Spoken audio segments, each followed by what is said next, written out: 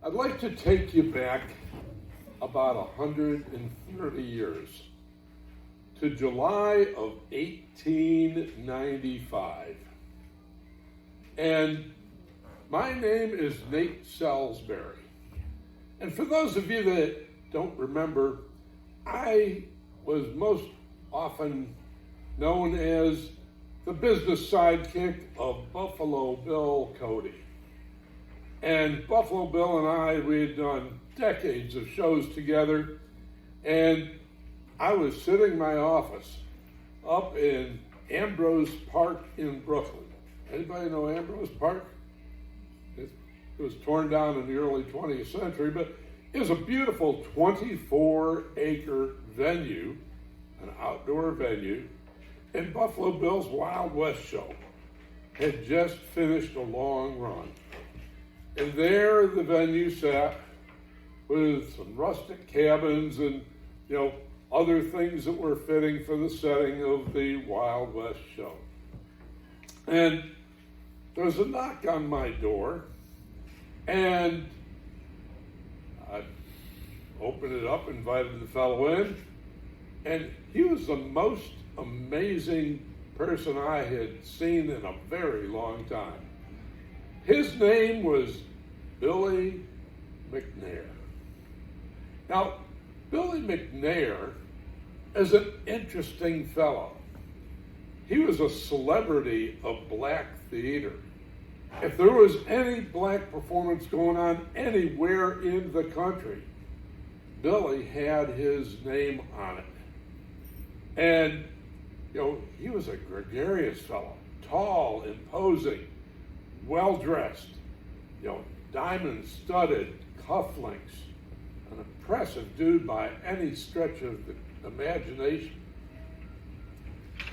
And he walked in with a swagger, took a seat. He said, "I think I've got a solution for your problem." I said, "Mr. McNair, I'm not sure I know what problem you're talking about." Said, "Oh, sure you do.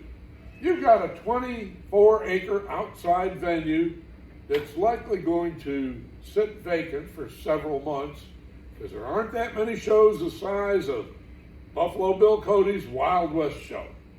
I said, "Well, I won't disagree with you on that." He said, "I, sir, believe I have a solution for that problem."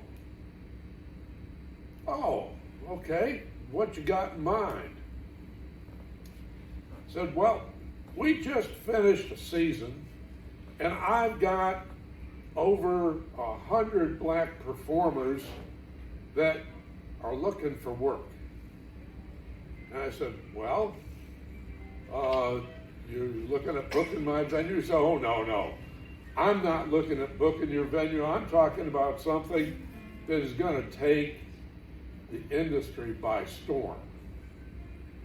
I said, "Okay, tell me about your idea." And he opened up his folio.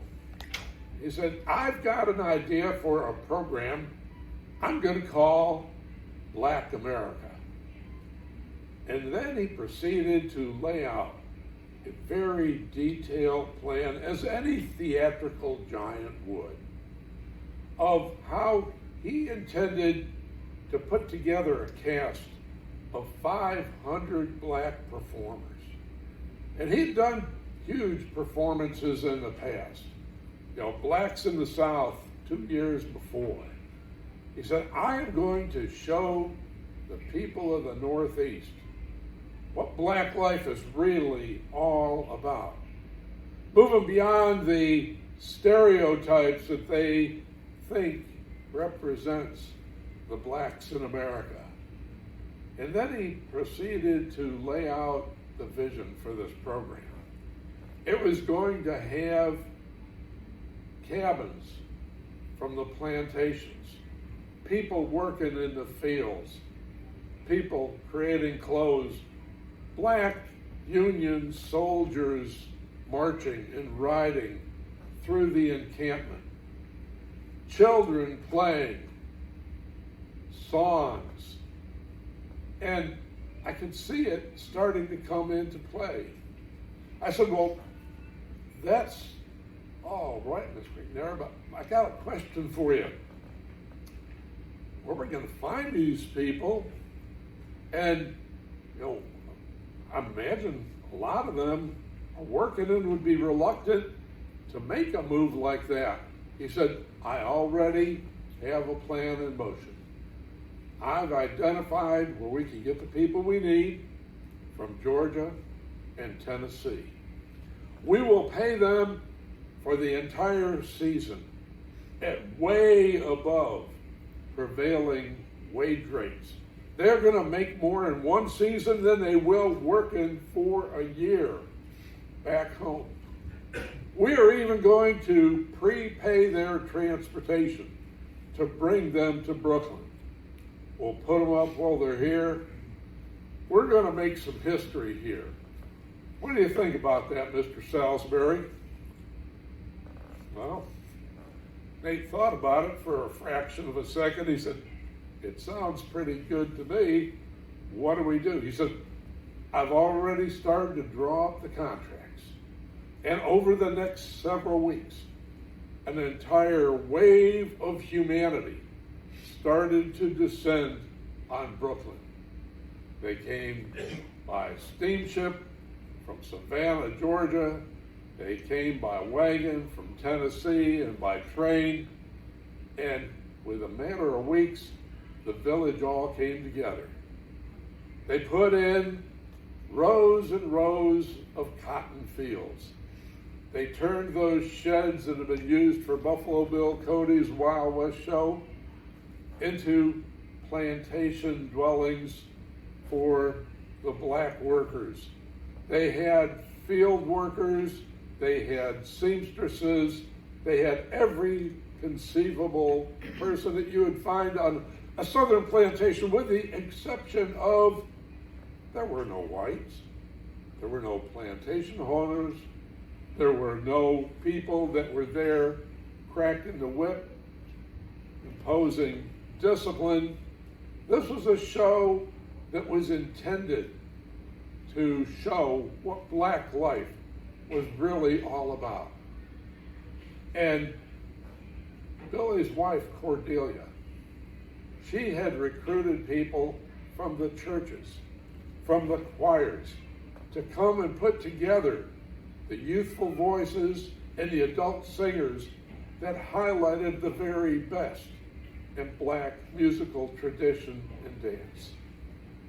And on opening day, the stands were full. Thousands and thousands of New Yorkers out there awaiting to see that spectacle. And at first, the papers were so profoundly impressed. And they talked about this production, this bold production that nobody had dared to put together before. And then several weeks went by, and the critics started getting less complimentary. For you see, this was portraying an image of black America that America didn't seem to be quite ready for. They were used to minstrel shows. They were used to a presentation of blacks in a different context. And the crowds began to thin. And for the rest of the season, the crowds got smaller and smaller. And the critics got more and more critical. And the performers started to get worried. Are we going to be able to continue with the show? We left behind our livelihoods and in some cases our families to come up and do this program. And Billy and Nate went around to all the groups and individually shared with them their commitment that yes, they were all going to get paid, they were all going to get their return transportation back home, and they were going to get a nice bonus for doing something in theatrical America that had never been attempted before. Wow. And throughout all this period, Nate's finances were impacted because he got a piece of the gate. But Buffalo Bill Cody, who was the money behind it all, he was really digging deep into his own pockets. And he'd send notes of encouragement to Nate to share with the cast. What we're doing here, folks, is truly important. What we're doing here is trying to overwrite a sense of bigotry and racism in America. We're trying to educate the population. These are important messages that we need to show about the passion and the beauty and the incredible talent that exists in Black America. And I'm going to continue to send money to support the show throughout the entire season, and we will make every single commitment good. And when the show closed, everybody was paid off. Everybody was sent back to their destinations in Georgia and Tennessee, and the show shut down. It was not, by any stretch of the imagination, a financial success, but it was a testimonial that Nate and Billy had the courage to do something in America. They had the courage to do something that, for some reason, history seems to have forgotten. To try something bold and different. To send a message, a powerful statement. To change the perception of Northerners about what Black life in America really was. And when you think about Buffalo Bill Cody, I'd like you to think of him as more than the fellow that for over 3 decades ran the Wild West show. He was much, much more than that, because he cared for people regardless of their skin color in ways that people never imagined. Wow. And he was willing to put his money where his mouth was. Yeah. Thank you.